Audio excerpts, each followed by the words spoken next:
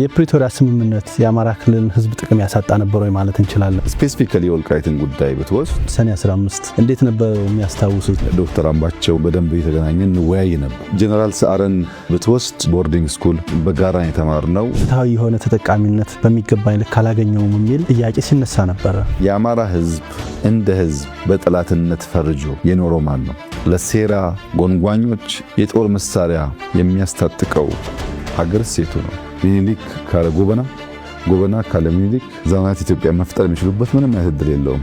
ጠመንጃ በማንሳት ወደ ጫካ የገቡ ኃይሎች አሉ። የተዘጋ ቤቱን ፍሬሽ ኤር ለማስገባት መስኮት ሲከፍት ንጹህ አየር ብቻ አይደለም ወደ ቤቱ የሚገባው። የኢትዮጵያ ህዝብ እዚህ ምርጫ ላይ ሲሳተፍ ምን መልእክት ሊያስተላልፍ እንደፈለገ መውሰድ እንችላለን? ባለፉት 5 ዓመታት ብዙ ድንቅ ስራዎች ሰርተናል። በዚህ 5 ዓመት ግን ፈተናው ከባድ ነው። እንቅልፍ የሚያስተኛ አይደለም። ጠቅላይ ሚኒስትር ዶክተር አብይ አህመድ በፖለቲካዊ ኢኮኖሚያዊና ማህበራዊ ጉዳዮች ላይ ከአማራ ሚዲያ ኮርፖሬሽን አሚኮ ጋር ያደረጉት ቆይታ አሁን ይጀምራል።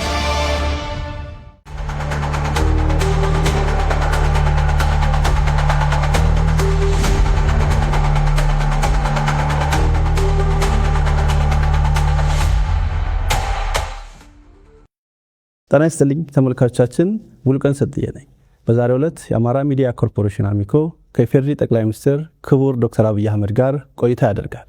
በቆይታችን በሀገራችን ዋና ዋና ጉዳዮች በተለይ ደግሞ አማራ ክልልን የተመለከቱ ፖለቲካዊ፣ ኢኮኖሚያዊና ማህበራዊ ጉዳዮች ላይ አተኩረን ቆይታ እናደርጋለን። አብራችሁን ክቡር ጠቅላይ ሚኒስትር ጊዜዎትን አጣበው ከአማራ ሚዲያ ኮርፖሬሽን ጋር ቆይታ ለማድረግ ስለፈቀዱ ክብር ይሰማናል። እጅግ አመሰግናለሁ። እኔም ስለጋበዝከኝ እጅግ አድርጌ አመሰግናለሁ። በጣም አመሰግናለሁ። ለመግቢያ የማደርገው ጥያቄ በኢትዮጵያ ታሪክ ውስጥ የአማራና የኦሮሞ ህዝብ አብሮ የመኖር ታሪክ እንዲሁም በሀገር ግንባታ ላይ የነበራቸውን አስተዋጽኦ እንዴት ይታያል የሚለውን ጥያቄ እንደ መግቢያ ወስጀዋለሁ። በኢትዮጵያ ውስጥ የሚኖሩ ህዝቦች በዘመናት መካከል አብረው ሲኖሩ በብዙ መልኩ የተጋመዱ፣ የተሳሰሩ፣ የተጋቡ፣ የተዋለዱ እና በጋራ የኖሩ ናቸው ሁሉም። በተለይ ደግሞ አማራና ኦሮሞን ስትወስድ በአቀማመጣቸውና በቁጥራቸው ከፍ ስለሚሉ በኢትዮጵያ ታሪክ መለስ ብለህ እያንዳንዱን አንጓ ብትመዝን በሶስት ዋና ዋና መንገዶች በስፋት የተጋመዱ መሆናቸውን ታያለህ። አንደኛው በጋብቻ ነው። ግለሰቦች ለንግድ ለውጊያ ሲንቀሳቀሱ አንዱ ካንደኛው እያገባ የመዛመድ ልምምዳቸው ሰፊ ነው። ሁለተኛው የፖለቲካል ጋብቻ ነው። ፖለቲካው በኢትዮጵያ ታሪክ ውስጥ በነበረው ቆይታ ወንበር ለማጽናት በሚደረግ ጥረት ሰፋፊ የፖለቲካ ጋብቻዎች ተፈጽመዋል። ሶስተኛው ደግሞ ባህላዊው ጉዲፈቻ ነው። ብዙዎች በነገስታት ደረጃ የምናያቸውም ጭምር በጉዲፈቻ ምክንያት በዚህም በዚያም ወገን ሰፊ መስተጋብሮች፣ አብሮ ማደጎች፣ ባህል መጋራቶች በኦሮሞም በአማራም ህዝቦች መካከል የቆየ ልምምድ ነው። ጥቂት ምዕተ ዓመታት ወደ ኋላ መለስ ብለን የኢትዮጵያን ታሪክ ብንመለከት ለምሳሌ የሸዋ ሱልጣኔቶች የሚባለው ዘመን 350 ዓመት ገደማ ቆይቷል። የሸዋ ሱልጣኔቶች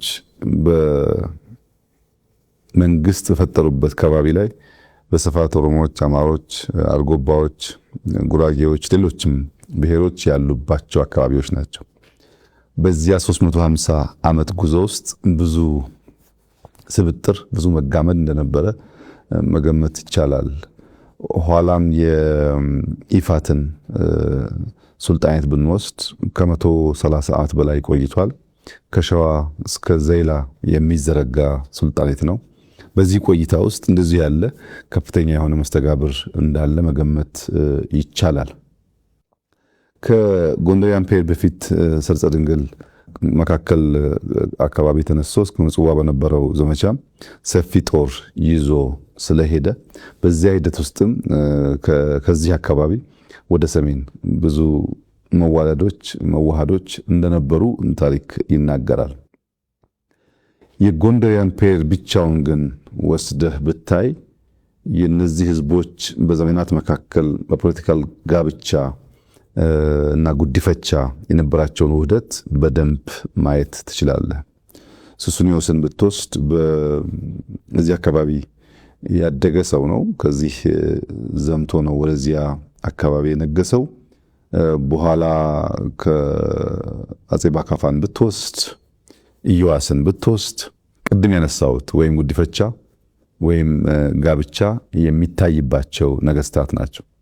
በነበራቸው ቆይታ ውስጥ እንደዚህ ያለ ውህደት ታይቷል። በኋላ ከጎንደር ፔሪድ በኋላ የየጁ ዳይናስቲን ብትወስድ እንደዚሁ ከመቶ ዓመት በላይ የቆየ ዳይናስቲ ነው። በዛ ውስጥም ከየጁ የተነሱ ወደ ጎንደር ወደ ጎጃም ሰፊ ውህደቶች ነበሩ። በወሎ ጎንደር፣ ጎጃም፣ ሸዋ መካከል ሰፊ እንቅስቃሴና መዋሃዶች እንደነበሩ ያ ታሪክ ያሳያል። ሰምተህ እንደሆን ስማቸው ጎላ ጎላ ብለው የሚነሱ ራስ አሊ ቀዳማይ፣ ራስ አሊ ካላይ፣ ራስ ጎክሳ የሚባሉ ሰዎች የነበሩባቸው ዘመኖች ማለት ነው። ከዚያም በኋላ የወሬመኖ የሚባል ዳይናስቲ በስፋት በታሪካችን ውስጥ ይነገራል። ይሄም ከ200 ዓመት በላይ የቆየ ዳይናስቲ ነው። በተለይ በደቡብ ወሎ አካባቢ እዛ በነበረው ቆይታም እንደዚሁ ወደ ሸዋም ወደ ጎንደር ጎጃምም ከፍተኛ ውህደት እንደነበር ያሳያል። በዚያ ዘመን ውስጥ ስማቸው ገኖ ከሚነሱ ሰዎች አንዷ ወርቂቱ ስሟ ጎልቶ ይነሳል። እነ ራስ ሚካኤል ስማቸው ይነሳል። በዚያ ዘመን ውስጥ የምታነበው የምትማረው ታሪክ የሚያሳየው እነዚህ ህዝቦች በስፋት አብረው ሲዘምቱ፣ አብረው ሲዋጉ፣ አብረው ሲያለሙ፣ አብረው ሲያጠፉ ተዋህደው የነበሩ ህዝቦች መሆናቸውን በደንብ ታሪካችን ይናገራል። ወደ ኋላም ወደ ቅርቡ ዘመን መተህ ለማየት ብትሞክር ዘመናዊት ኢትዮጵያን ታሪክ ያየ ሰው ከነዚህ ህዝቦች ውህደት ውጤት ውጪ ሊያት አይችልም። ሚኒሊክ ካለ ጎበና፣ ጎበና ካለ ሚኒሊክ ዘመናዊት ኢትዮጵያ መፍጠር የሚችሉበት ምንም አይነት እድል የለውም። እነዚህ ሰዎች ተዋህደው ነው የፈጠሩት። ብዙ ጊዜ ወደ ደቡብ ያለው ግጭት ይነሳል። ነገር ግን የሸዋው ኃይል ጎጃም ከራስ አዳል በኋላም ንጉሥ ተክለ ሃይማኖት ጋር ተጋጭቷል። ወሎ ከሚካኤል ጋር ተጋጭቷል። አርሲ ወላይታ ተጋጭቷል። ከሸዋ የተነሳ ወደ ሁሉም አቅጣጫ ነበር ዘመቻ የሚካሄደው። ይህንን ዘመቻ የመሩ ሰዎች ንጉሱ ሚኒሊክ ቢሆኑም ጦር አዝማቹ ደግሞ ጎበና ነበሩና በውህደት የተሰራ መሆኑን በግልጽ ያሳያል። ሁላችን አንተም እኔም ማንኛውም ኢትዮጵያዊ መለስ ብሎ የሚኮራበትን የአድዋን ታሪክ ብናነሳ ሚኒሊክ ከገበየው ውጭ፣ ሚኒሊክ ከባልቻ ውጭ አልሰሩትም። በውህደት የተሰራ የጋራ ድል ነው።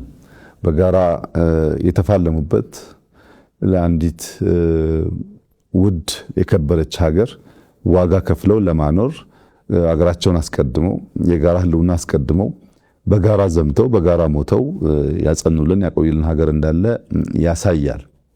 በህዝቦች ደረጃም እንኳን ብትወስድ እንደ ማህበረሰብ አርሶ አደሮች በፊውዳል ስርዓት ላይ ማመፅን ብትሰማ የጎጃም ገበሬዎች አመፅ ትልና የባሌ ገበሬዎች አመፅ ሲባል ትሰማለህ።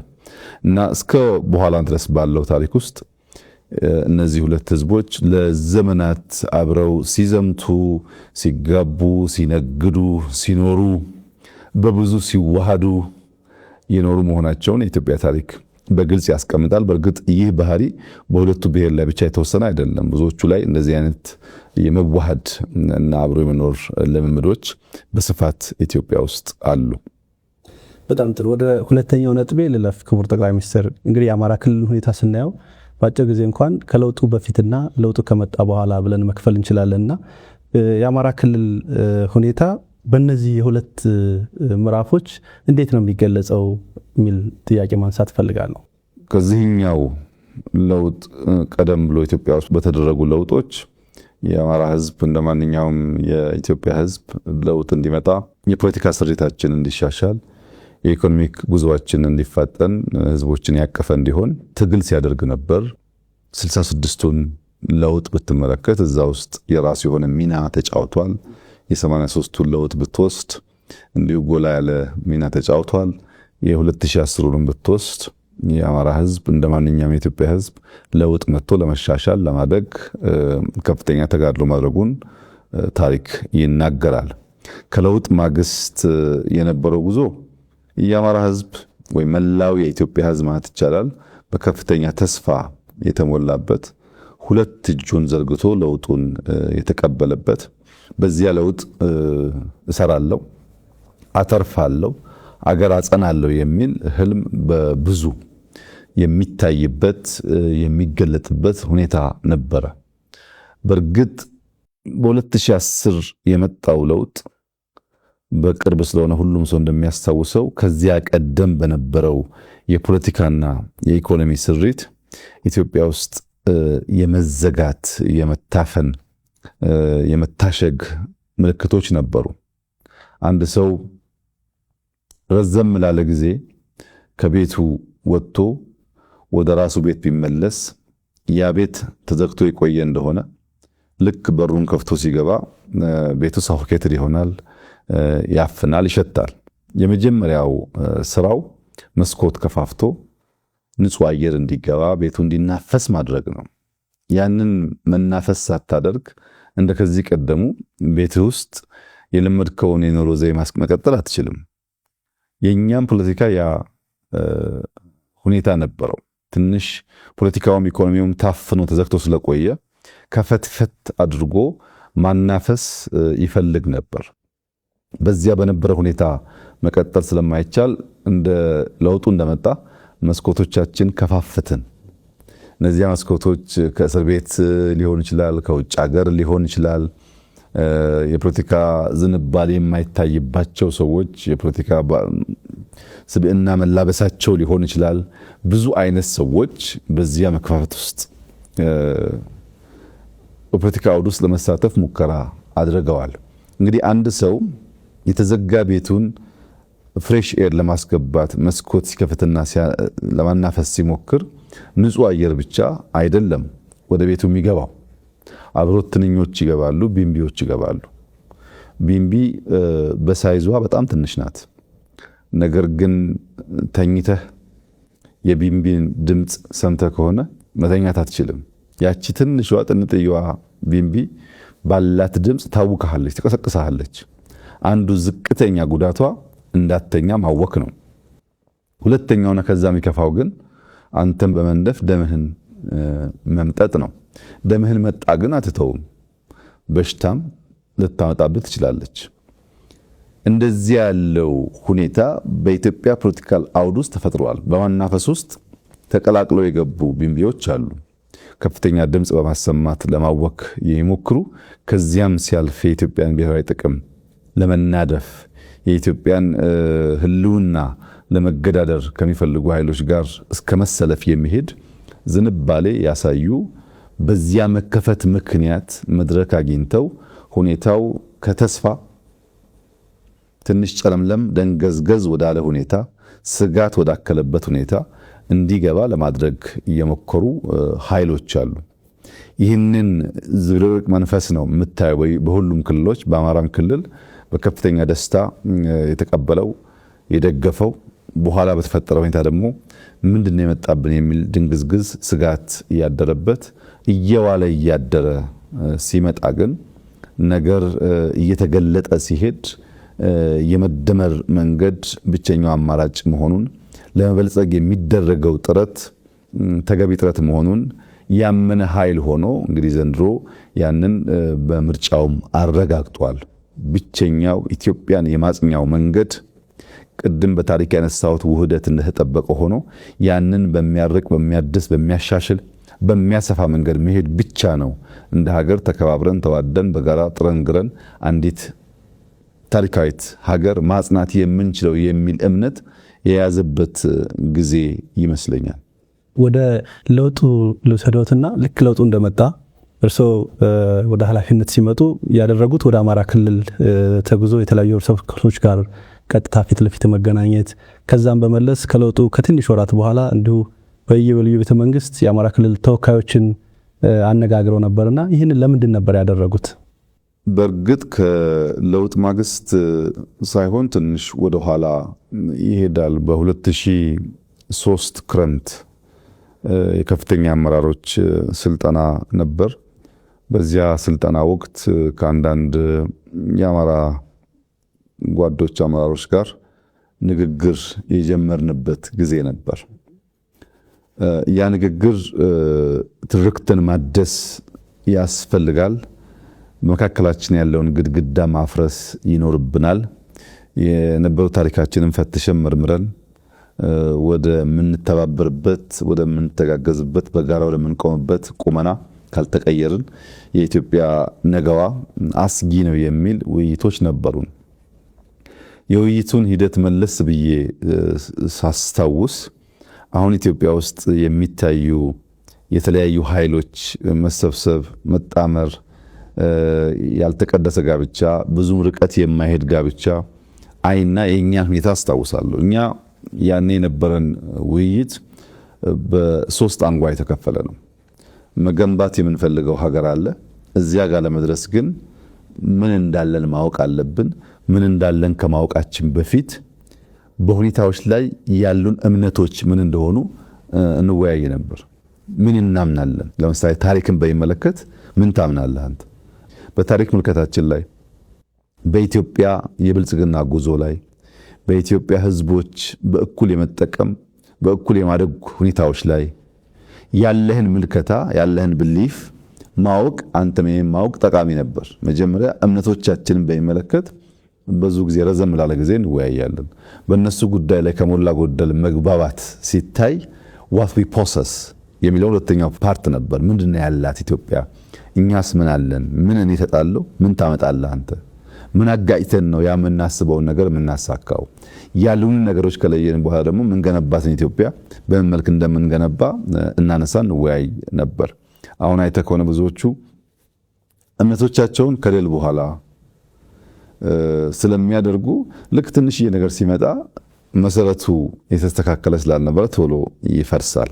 ሁልጊዜም ውህደት ሲፈጠር፣ ሁልጊዜም በጋራ መተባበር ሲፈጠር ግለሰቦች፣ ፓርቲዎች፣ ቡድኖች መነጋገር ያለባቸው እምነት ነው። ምንድነው የምታምነው? ምንድነው ማምነው? በምን መነጽር ነው ነገን የምታየው? በምን መነጽር ነው ትናንትን የምታየው? በምን ትብብር መንፈስ ነው ዛሬን የምንሰራው የሚለውን ካልተግባባ በጋራ መቆም ጠላትን ያሰነብት ይሆናል እንጂ ብዛም ፋይዳ አይኖረውም።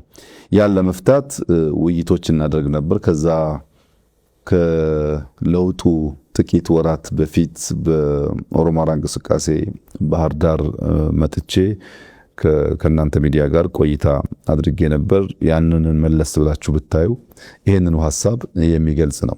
የሁለቱን ህዝቦች በጋራ ለዘመናት መኖር፣ አሁንም በትብብር መንፈስ መስራት ኢትዮጵያን ለመታደግ ያለውን ፋይዳ በጉልህ የሚያሳይ ነበር።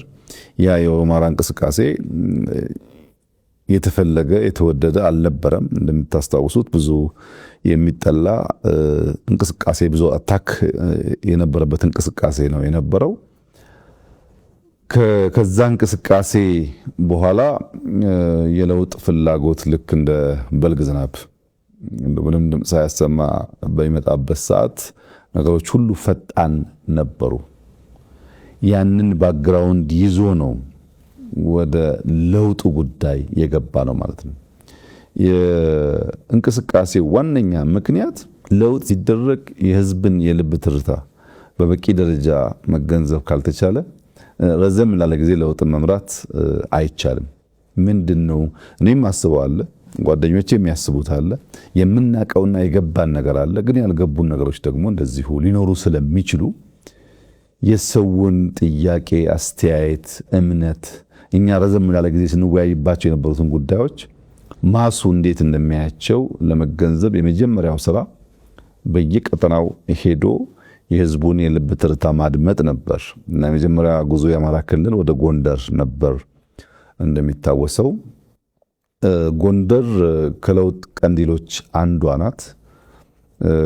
የኦሮሞ ደም የኔም ደም ነው ብሎ የተነሱ ወጣቶች የታዩበት፣ ታሪኳን መለስ ብላ ለማየት የቻለች፣ በህዝቦች መካከል ያለውን ውህደት ያየች ከተማ ነበረች። በእርግጥ የኦሮሞ ደም የኔም ደም ነው የሚለው አባባል መፈክር ብቻ አይደለም፣ ትክክለኛ ነው። ጎንደር ውስጥ በስፋት የኦሮሞ ደም አለ። ቅድም ባነሳኋቸው ጋብቻዎች ምክንያት ብዙ ውህደቶች አሉ እና እዛ በመሄድ የህዝቡን ሁኔታ ለማድመጥ ሞክሬያለሁ። ከዚያ በኋላ በብዙ ከተሞች በባህር ዳር፣ በደሴ፣ በኮምቦልቻ፣ ደብረ ብርሃን፣ ወልዲያ፣ ደብረ ማርቆስ በኋላም የተውጣጡ ሰዎች እዚህም መጥተው ለሶስቴ ተወያይተናል። በዚያ ውይይት ውስጥ ህዝቡ ምን ይፈልጋል የሚለውን ለማየት ከፍተኛ ጥረት ተደርጓል። እንደኛ ባለ ታፍኖ በቆየ ፖለቲካ ውስጥ የሚደረግ ለውጥ ከህዝብ ጋር መወያየትና የህዝብን ልብ ትርታ ማድመጥ የሚያስፈልግበት ምክንያት ለምሳሌ የቻይናን ለውጥ ከማኦ በኋላ ዴንግ ሲመጣ የነበረው ሁኔታ ብናይ ከሞላ ጎደል ይመሳሰላል። ፖለቲካው የታፈነ ነው፣ ኢኮኖሚው የታፈነ ነው። ረሃብ አለ፣ ችግር አለ። ከ800 ሚሊዮን ያላነሰ ህዝብ በከፍተኛ ድህነት ውስጥ ይኖራል። ለዜጎች ምግብ ማቅረብ የሚቻልበት ሁኔታ አልነበረም። አይዲዮሎጂ ጎልቶ በትብብር ማልማት ሁለተኛ የሆነበት ሁኔታ ነበር። ይህን ጉዳይ ለመፍታት ዴንግ እንደመጣ ያደረገው ኢኮኖሚውን መከፋፈት ነበር። በኮሙኒዝም በሶሻሊዝም ያለውን እሳቤ ጥሶ ከሌሎች ከዚህ ቀደም ኢምፔሪያሊስቶች ብሏቸው ከሚጠሏቸው ኃይሎች ጋርም በትብብር ለመስራት ነበር የወሰነው። ዴንግ የመጀመሪያው የሶሻሊስት ካምፕ እና የቻይና መሪ አሜሪካን የጎበኘ ነው። አሜሪካንን ጎብኝቶ በትብብር እንስራ የሚል ጥያቄ ነበረው። ያን መከፋፈት ሲጀምር ግን ጉዳዩ አልጋ ባልጋ አልነበረም። ብዙም ገንዘብ ስላልነበረ ከዛ በፊት ብዙዎች እግረኞች ነበሩ። ባለ ሳይክል ለመሆን ባለ ሞተር ሳይክል ለመሆን ነገር ሲከፋፈት በዚያው ልክ ኮራፕሽን በጣም ተስፋፋ። ኮራፕሽን ብቻ ሳይሆን ኢንፍሌሽንም በጣም አደገ። ኢንፍሌሽን እና ኮራፕሽን ደግሞ ማስን የሚያስመርር ጉዳይ ነው። ያን ሃንድል ለማድረግ ያን ለመፍታት ጥረት በሚያደርጉበት ሰዓት ነበር ወጣቶቹ የፖለቲካል እንቅስቃሴ ያደረጉት። የፖለቲካል እንቅስቃሴው መንስኤ ደግሞ ምንድነው? ኢኮኖሚያችን ኢምፔሪያሊስት ካልናቸው ትናንት ከጠላናቸው ሰዎች ጋር የሚቀላቀል የሚከፈት ከሆነ ፖለቲካችን ቢከፈት እንዳለበት፣ ፖለቲካችን ልክ እንደነሱ ዴሞክራሲ ይሁን፣ ልክ እንደነሱ ምርጫ ይኑረን የሚል ጥያቄ ነበረ። ይሄ ጥያቄ እንዲህ በቀላሉ ምላሽ የሚያገኝ አልነበረም። ደም አፋሷል። ምክንያቱም በነዴንግ እምነት ጠንካራ መንግስት፣ ዲሲፕሊንድ ፓርቲ፣ ረዘም ላለ ጊዜ የሚጸና መንግስት ካልፈጠርን በቀር ቻይና ውስጥ ያለውን ችግር አንፈታም የሚል እምነት ነበራቸው። በርካታው ሰው በደህንነት ውስጥ ስላለ ኢኮኖሚክ ኦፕን አፑን እንጂ ፖለቲካል ኦፕን አፑን አይቀበሉም። ተማሪው ግን ኢኮኖሚን ከፍታችሁ ኢንፍሌሽንና ኮራፕሽን ከመጣ ፖለቲካውን ክፈቱት የሚል ጥያቄ ነበረው። ያን ለመከላከል ነበር ወደ ደም መፋሰስ የገቡት። በእኛ ሁኔታ አስቸጋሪ የሆነው ነገር ኢኮኖሚክ ኦፕን አፕ አድርገን ፖለቲካውን ብንተው ወይም ፖለቲካል ኦፕን አፕ አድርገን ኢኮኖሚን ብንተው ኢትዮጵያ ውስጥ ያለውን ሁኔታ መቀየር አንችልም። ለዚህ ህዝብ ካወያየን የልብ ትርታን ካደመጥን በኋላ እንዴት አድርገን ነው ሁለት ዋና የሪፎርም ዋና የስብራት መንስኤዎቻችንን በመክፈት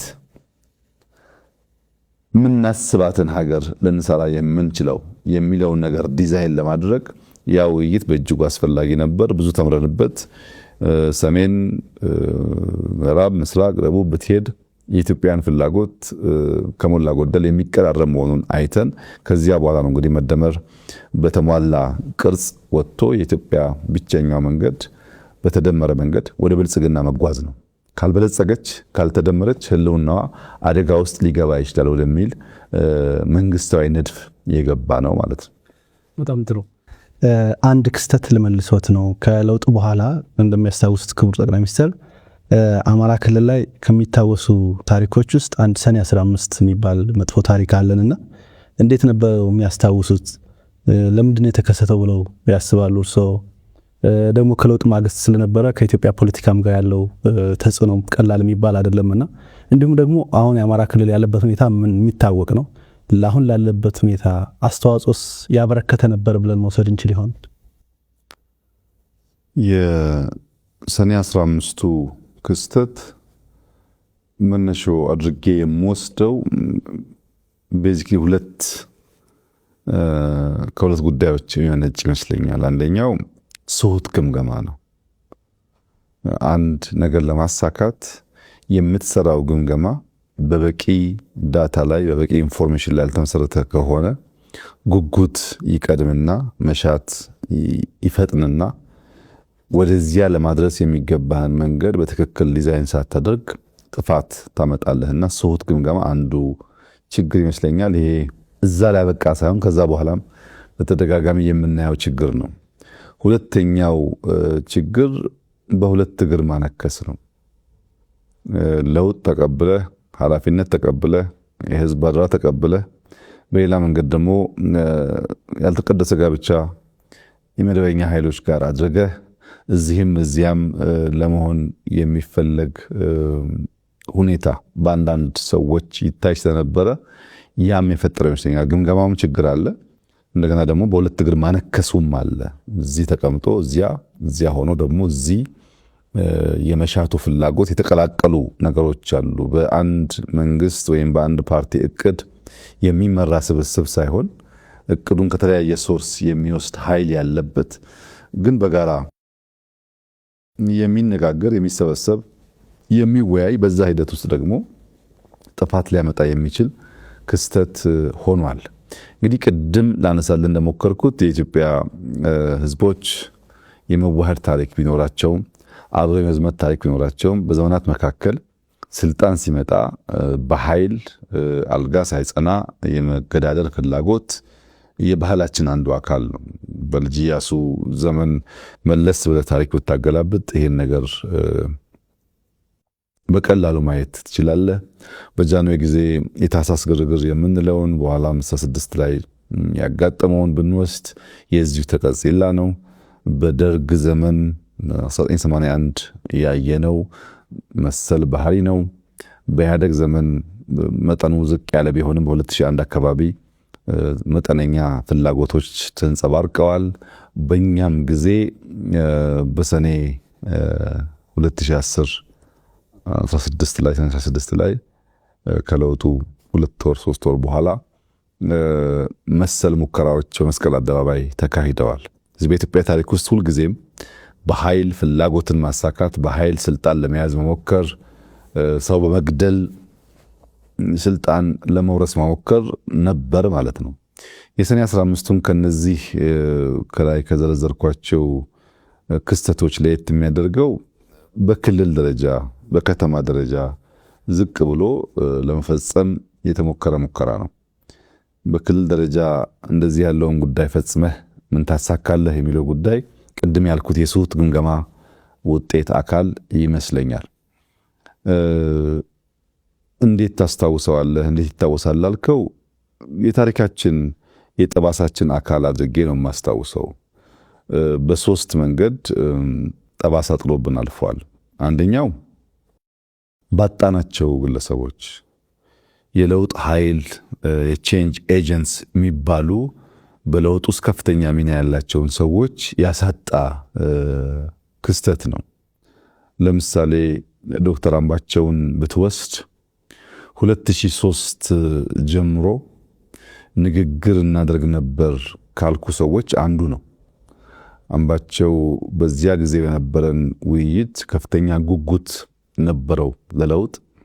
ግን እምነቶቻችንን ምንድነው ያሉን፣ እንዴት እናሳካቸዋለን፣ መቼ እናሳካቸዋለን የሚለውን ነገር ለመወያየት ከ2003 በኋላ አማራ ክልል እያለ ተደጋጋሚ ሲመጣ እንገናኝ ነበር። በኋላ ሁለታችንም የካቢኔ አባላት ሆነን በደንብ እየተገናኘን እንወያይ ነበር። ዝም ብሎ ኦቨርናይት የተፈጠረ ነገር አይደለም። ብዙ ምክክሮች፣ ውይይቶች፣ የተለያዩ ሰዎች በውስጥ እያቀፉ መሄዶች ነበሩበት። ጀነራል ሰዓረን ብትወስድ ሰዓረ አጋጣሚ ሆነው ቀደም ብሎ ሃይ ስኩል ቦርዲንግ ስኩል በጋራ የተማርነው አንድ ትምህርት ቤት ነበር። ትምህርት ቤቱ ደግሞ ቦርዲንግ ስለነበረ ቀንም ማታም የመገናኘት እድል ነበረን። ረዘም ያለ ጊዜ ትውውቃለን። በኢትዮ ኤርትራ ጦርነትም ከዚያም በኋላ ባሉ አጋጣሚዎች አልፎ አልፎ የመገናኘት የመነጋገር ልምዶች ነበሩን፣ ቅርብ ነበረን። ለውጡ ሊመጣ ጥቂት ጊዜ ሲቀረው የለውጡ ዋዜማ ገደማም በተደጋጋሚ እንገናኝ ነበር። በተለይ ግን በተለየ መንገድ እንዲታወስ ከማስታወስበት አንዱ ነገር ታስታውስ እንደሆነ የጠቅላይ ኤታማዦር ሹሙንና የደህንነት ኃላፊውን በአንድ ጀንበር ለማንሳት የነበረው ውሳኔና የለውጡ አካል ከመጀመሪያው ከእቅዱ ጀምሮ የተሳተፈበት ብቸኛው ሰው ሰዓረ ማለት ይቻላል። ብዙ ሰው ጉዳዩን አያውቀውም። ሰዓረ በእቅዱም በሂደቱም ተሳትፎ ነበረው። በዚያ ደረጃ ለቼንጅ ኤጀንት የሚታመን ሰው ነበር ማለት ነው። ሌሎቹንም ብታነሳቸው እነ ምግባሩ በዚያ ደረጃ ይታያሉ። በቅርበት ከኔ ጋር የሰሩት እነዚህ ቢሆኑም በዚያ ጊዜ ያጣናቸው ሰዎች ለለውጥ ኤጀንት ሆኖ ማገልገል የሚችሉ ቢቆዩ ብዙ የሚያበረክቱ ሰዎች ናቸው። አንዱ ጠባሳ ይሄ ነው። ሁለተኛው በኢትዮጵያ ፖለቲካል ትምምን ውስጥ የፈጠረው ጠባሳ ነው። ፖለቲካል ትረስት በጣም እንዲቀዘቅዝ አድርጓል። በሰዎች መካከል፣ በቡድኖች መካከል አብረህ እየኖርክ አብረህ እየሰራህ አብረህ እየተሰበሰብክ የመተማመን ዝንባሌው በእጅጉ እንዲቀንስ አድርጓል። ያም በጣም መጥፎ ጠባሳ ነው። አብረህ ስለ ሀገር ከምትመክረው ሰው አደጋ ያጋጥመኛል እያሰብክ መምከር በእጅጉ ትምምንን የሚቀንስ ጉዳይ ስለሆነ እንደ አንድ ክስተት ጠባሳ ሊታይ ይችላል። ሶስተኛው ባህል ነው። የኢትዮጵያን የፖለቲካል ባህል አበላሽቶታል። ቀድሞ የነበረ ነው፣ ያን አስቀጥሏል። ከንግግር ከውይይት ይልቅ በመሳሪያ በጉልበት ግለሰቦችን በማፈን በመግደል ስልጣን ማረጋገጥ መጎናጸፍ ለመሞከር ያለውን ልምምድ የሚያስቀር መሆን ሲገባው የሚያስቀጥል መሆኑ በሶስተኛ ደረጃ በጠባሳነት አየዋለሁ። ክስተቱ ይበልጥ የሚያሳዝነው እና አሁንም ቆም ብለን ማየት የሚገባን ገዳይም ሟችም ሁለቱንም ኃይሎች በጀግንነት ያወሳ የፖለቲካል ዲስኮርስ የታየበት ነው። ይሄ በኢትዮጵያ ታሪክ ውስጥ እስካሁን ያለንበት ውጥንቅጥ ታሪክን እንዳለ አስቀምጦ ከመልካሙም ከስህተቱም መማር ሲገባ ታሪክን እየመረጥክ ታሪክን እያንሻፈፍክ ታሪክን በፈለከው መንገድ አድርጎ የማቆየቱ ጉዳይ አሁን ላለንበት አጠቃላይ ውጥንቅጥ ዋናው መሰረት የዚያ የትርክት ስብራት ጉዳይ ነው። አሁን እዚህ እንደዋዛ በብሔርተኝነት ስሜት በአውራጃዊነት ስሜት ታሪኩን አንሻፈን ብንጽፍ ብንናገር ነገ ልጆቻችን ዋጋ ሊከፍሉበት የሚችሉ ጉዳይ እንደሆነ ማሰብ አለመቻል ደግሞ ያሳዝነኛል። ይሄ ጉዳይ እንዳለ ታሪኩን አስቀምጠህ ከተቀመጠው ታሪክ ተነስተህ በሚኖር ትንተና የፈለከውን ነገር ወደ ቀኝ ወደ ግራ ወስደህ መማር ትችላለህ። ታሪኩን ማዛባት ግን እምብዛም ጠቃሚ አይደለም። ዛሬ ብቻ ሳይሆን ነገም ዋጋ ያስከፍላል። ትውልድ ዋጋ ይከፍልበታል። እኛ በህይወት እያለን የምናቀውን ጉዳይ በተንሸዋረረ ታሪክ አረዳድ ተረድተን የምናስቀምጥ ከሆነ እኛ በማንኖርበት ሰዓት የሚኖር ትውልድ ደግሞ እንዴት አድርጎ እንደሚወስደው አሁን ባለው የኢትዮጵያ ታሪክ መመልከት ትችላለህ። አሁን ያለው የኢትዮጵያ ታሪክ የዚህ የተንሸዋረረ የፖለቲካል ኢንትሪግ ውጤት ነው። አብዛኛው ታሪክን እንዳለ በትክክለኛው መንገድ ማስቀመጥ ሳይሆን አዛብተን በማስቀመጣችን ምክንያት የሚፈጠር ችግር ነው። ከዚያም ሻገር ሲል የፖለቲካ ሴራ ተንታኞች መጠቀሚያም ሆኗል። ታስታውስ ከሆነ እለቱ ቅዳሜ ነበር፣ ዊኬንድ ነበር። ማምሻ ላይ ነበረ ይሄ ጉዳይ የተፈጠረው እና እኔ እዚህ ቢሮ ቆይቼ ከቢሮ ስወጣ መረጃም የሰማሁት እና ለሚዲያ ምን ነገር አለበት የሚል ሐሳብ መጥቶ የሚዲያ አካላት ይጠሩ ብለን ፋና፣ ኢቢሲ፣ አሚኮ ተጠርተው ነበር። የሰጠሁበትን ቦታ እስከዛሬ አስታውሰዋለሁ እኔ። ነገር ግን ፋናና ኢቢሲ ምናልባትም ዊኬንድ ስለሆነ ምሽትም ስለነበረ ስንጠራቸው በዚያ ፍጥነት አልመጡልንም። አሚኮ ግን ጎረቤት ነው፣ እዚያ 4 ኪሎ ነው መስሪያ ቤቱ። መኪናም ላያስፈልገው ይችላል። እዚሁ ስለሆነ ልክ ጥሪው ሲደረግ ወዲያው አሚኮ መጣ። አሚኮ መጥቶ የተወሰነ ደቂቃ ጠበቅን እነዚያ ቢደርሱ ብለን ዘገዩብን እና መጨረሻ የመጣው ሐሳብ ምንም እኮ ችግር የለውም አሚኮ ወስዶ ለሁሉም ሊያከፋፍል ስለሚችል ለአሚኮ ይሰጥ ተብሎ ምሽት ላይ ነው እኔ ቤት ነው ለአሚኮ ሰጠሁኝ። በኋላ ግን ባህር ዳር ላይ ሆኖ መግለጫ ሰጠው ወደሚል የሴራ ትንታኔ ተቀይሯል። እንደዚህ ያለው ከእውነት የተፋታ ለዛሬም ለነገም የማይበጅ ውስጥህ እያወቀ የሚሸነገር የሚዋሽ ነገር ጥፋት ብቻ ነው የሚያመጣውና ያ ክስተት ከመነሾ የሚሳካ ነው። ከመነሾ አንድ ግብ የሚያሟላ ነው ባትልም እንደ ጥቁር ጠባሳ የሚወሰድ መጥፎ ክስተት ነው ብዬ ነው የማየው። አመሰግናለሁ ክቡር ጠቅላይ ሚኒስትር። ወደ ሌላ ነጥብ ልውሰድዎት። ለውጡ እንደመጣ ሁሉም ኢትዮጵያዊ እንደገለጹት በተስፋ ለውጡን በከፍተኛ ሁኔታ ሲደግፍ ነበረ። ከዚህ ህብረተሰብ ክፍል አንዱ ደግሞ በውጭ የሚኖሩት ትውልደ ኢትዮጵያና ኢትዮጵያውያን የምንላቸው ወይም ደግሞ ዲያስፖራ የምንለው የህብረተሰብ ክፍልም የለውጡ ደጋፊ ነበረ በዛን ወቅት እንደሚታወሰውና ከለውጡ ከተወሰነ ጊዜ በኋላ የአማራ ተወላጅ የሆኑ ዲያስፖራዎች እንደገና ለውጡን አንዳንድ ዲያስፖራዎች ለውጡን ተቃውመዋልና የዚህ መንስኤው ምንድነው ብለው ያስባሉ? በቀጣይስ ምን አይነት አማራጭ ቢከተሉ ነው የሚጠቅመው ብለው ነው የሚያስቡት? ለውጡን በመደገፍ እና ባለመደገፍ ጎራ የመቀያየሩ ጉዳይ በአማራ ዲያስፖራ የሚወሰን አይደለም። በሁሉም ዲያስፖራዎች የሚታይ ነው። በውጭ ሀገርም ብቻ የሚወሰን አይደለም። በሀገር ውስጥም ያ ነገር ሊያጋጥም ይችላል።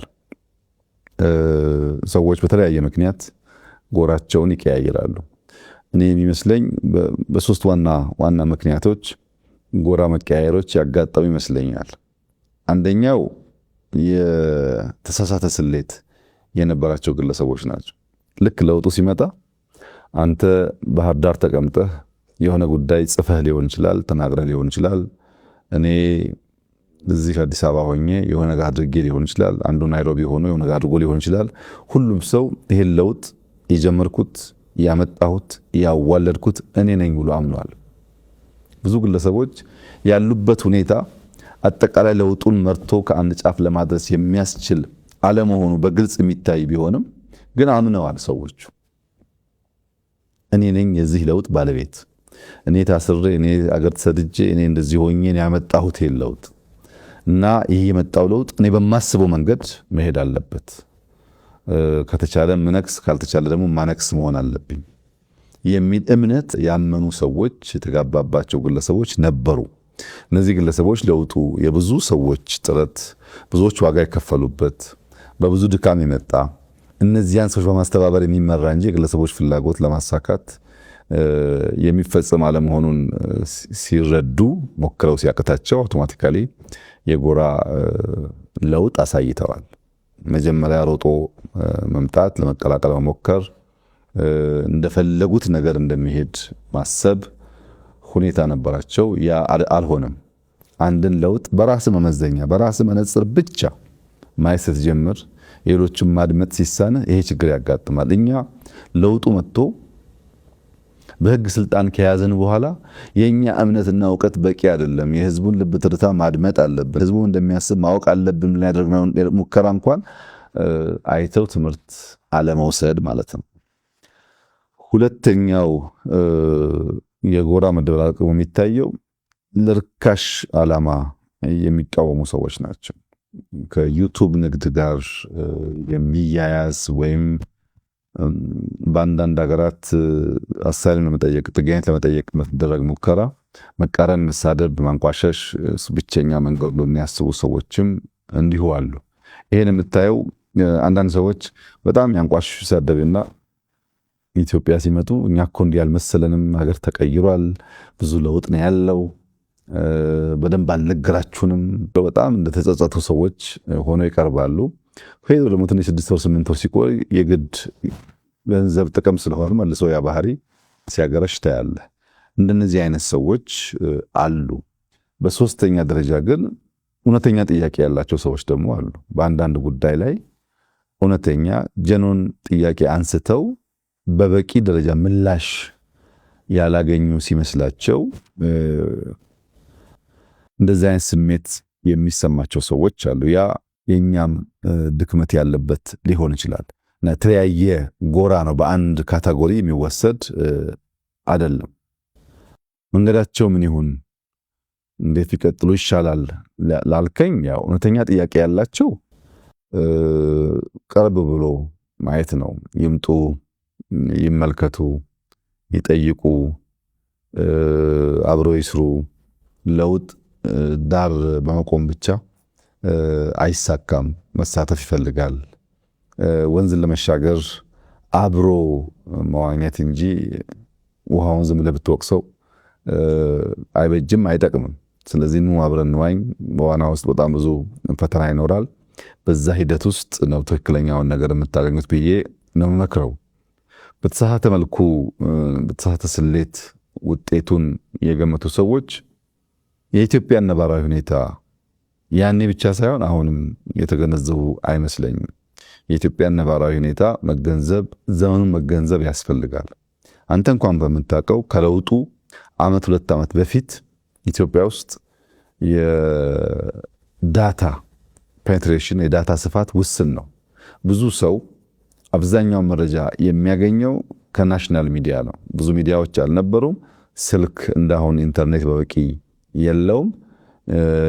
ዳታ በስፋት አልተሰራጨም። ብዙ መረጃ የሚሰራጭበት መንገድ ውስን ነው። አንተ ብቸኛው ተናጋሪ ልትሆን ትችላለህ። አሁን በጣም ብዙ ተናጋሪ፣ ብዙ ተንታኝ፣ ብዙ አዋቂ ያለበት ጊዜ ነው።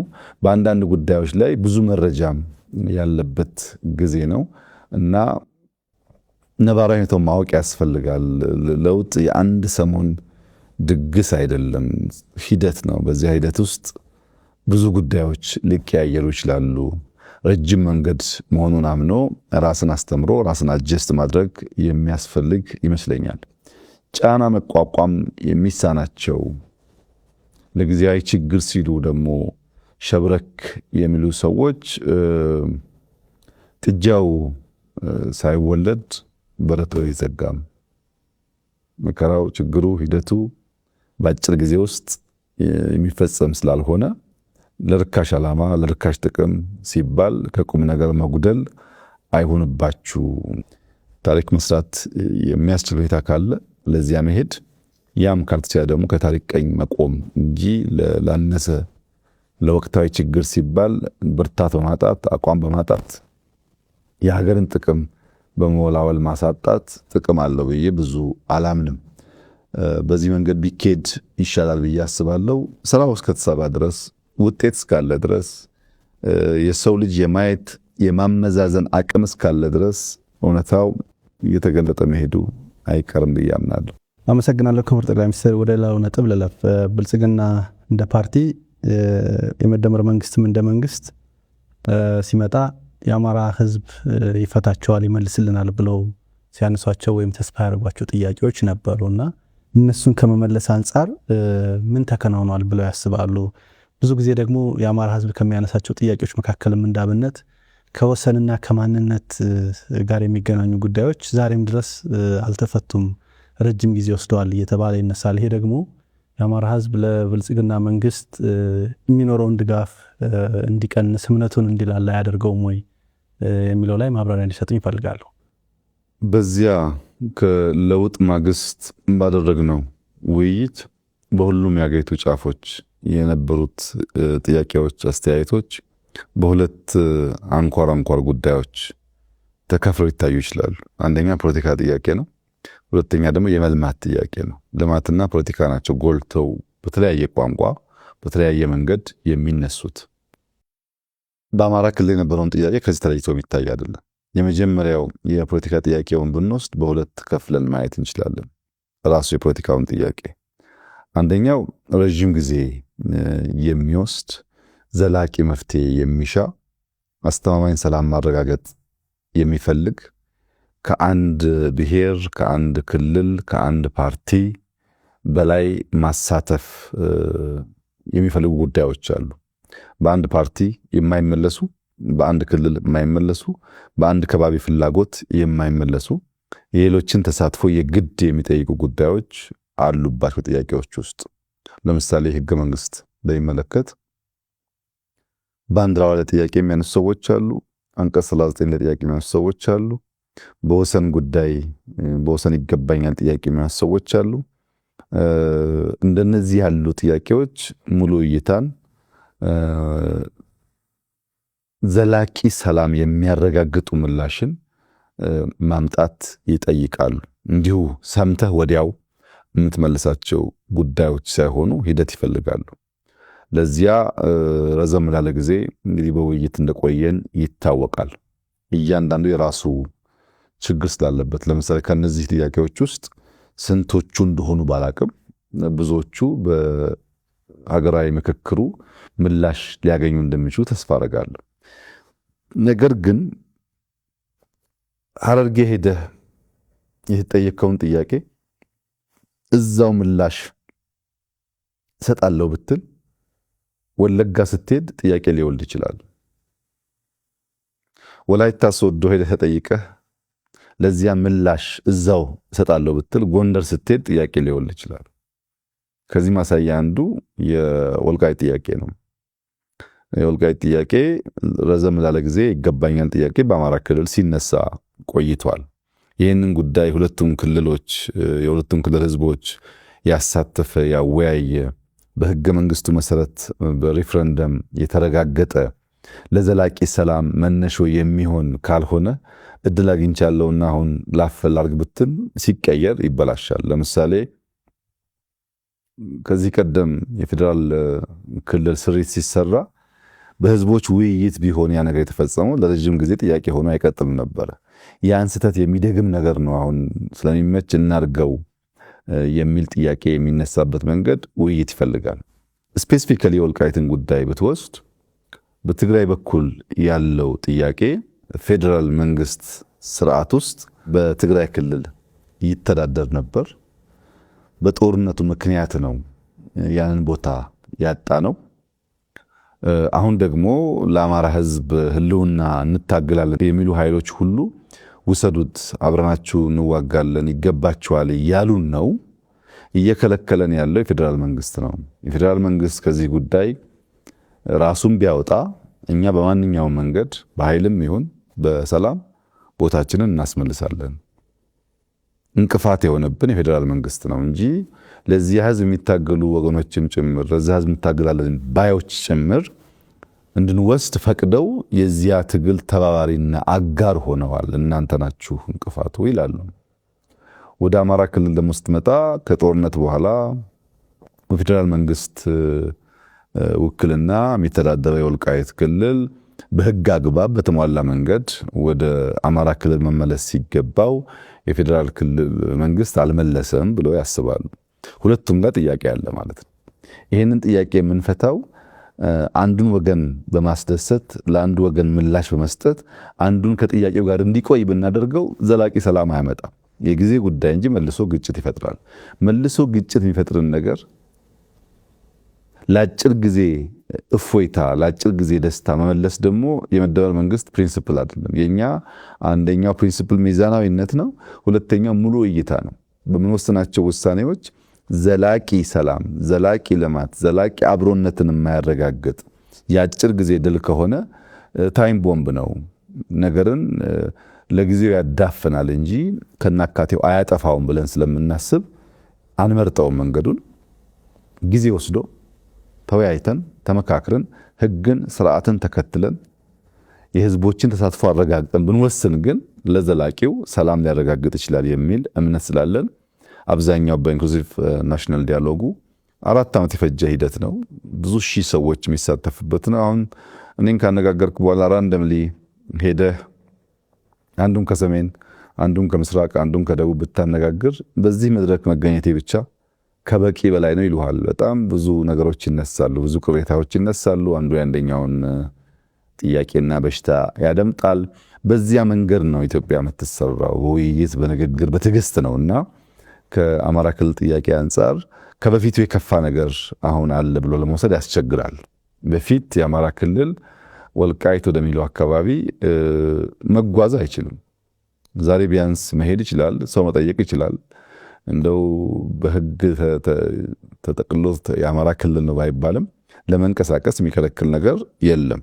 ሌላው ደግሞ በምክክር በውይይት ትግራይንም አሳትፈን እነሱም የኛ ወገኖች ናቸው፣ ኢትዮጵያውያን ናቸው፣ እነሱም በሚያስከፋ መንገድ የምንፈጽመው ነገር ጥቅም የለውም ብሎ ማመን ያለበት የአማራ ክልል ማህበረሰብ በዛም በዚህም ያለው የተዋሃደ ቅድም እንዳልኩት የተዋለደ በብዙ ጉዳይ ውስጥ አብሮ ያለፈ ህዝብ ነውና ሁለቱንም ህዝብ በሚያሳምን በውይይት በምክክር ዊን ዊን አፕሮች ብንከተል ዘላቂ ሰላም ያረጋግጣል። ከዛ ውጭ ያለው መፍትሄ ለአማራም አይጠቅምም፣ ለኢትዮጵያም አይጠቅምም፣ ለትግራይም አይጠቅምም ብለው የመደበን መንግስት በጽኑ ያምናል። ነገር ግን ከረጅም ጊዜ ምላሽ ከሚሹ ባሻገር ያሉ በአጭሩ ፓርቲው መንግስት መመለስ የሚገባቸውን ብዙ ፖለቲካል ጥያቄዎች ግን ምላሽ አግኝተዋል። ለምሳሌ በፓርቲ ውስጥ እኩል ተሳትፎ አልነበረም። አንደኛ ባለቤትና ጎረቤት ነበር። ኢትዮጵያውያን ከፊሉ ባለቤት ከፊሉ ጎረቤት ወይም አጋር ተብሎ የተከፈለበት ሁኔታ ነበረ። ባለቤት ከተባሉትም ደግሞ ሃይራርኪ ነበራቸው።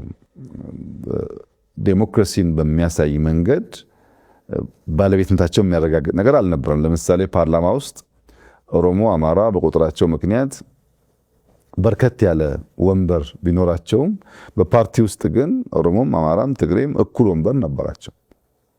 እኩል ወንበር ነበራቸው ማለት መንግስቱን የሚመራው ፓርቲ ነው። ፓርቲ ውስጥ የማጆሪቲ ሩል ማይኖሪቲ ራይትስ የሚባለው የዲሞክራቲክ ፋውንዴሽን መሰረቱ እሳቤው አልነበረም። ቲፒኤልኤፍ 9 ሰው አለው፣ ኦህዴድ 9 ሰው አለው።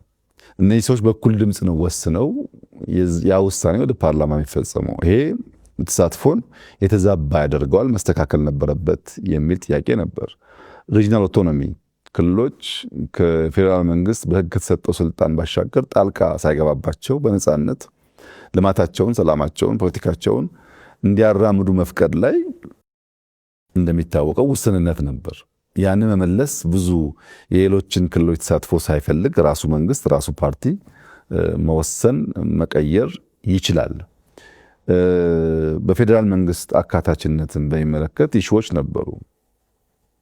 በቁልፍ ተቋማት ውክልናችን ለምሳሌ አየር መንገድ ወስደህ፣ ቴሌኮም ወስደህ፣ ሜቴክ ወስደህ እንደዚህ ገንዘብ ያለባቸው ሺፒንግ ላይንስ ወስደህ የሚታየው ካቢኔ ብቻ ሳይሆን ሌሎችም አካባቢዎች ላይ የነበረው ውክልና አሳታፊ አካታች አልነበረም የሚል ስሞታ ቅሬታ ነበር። ያለ መፍታት ብዙ ርቀት ተኪዷል።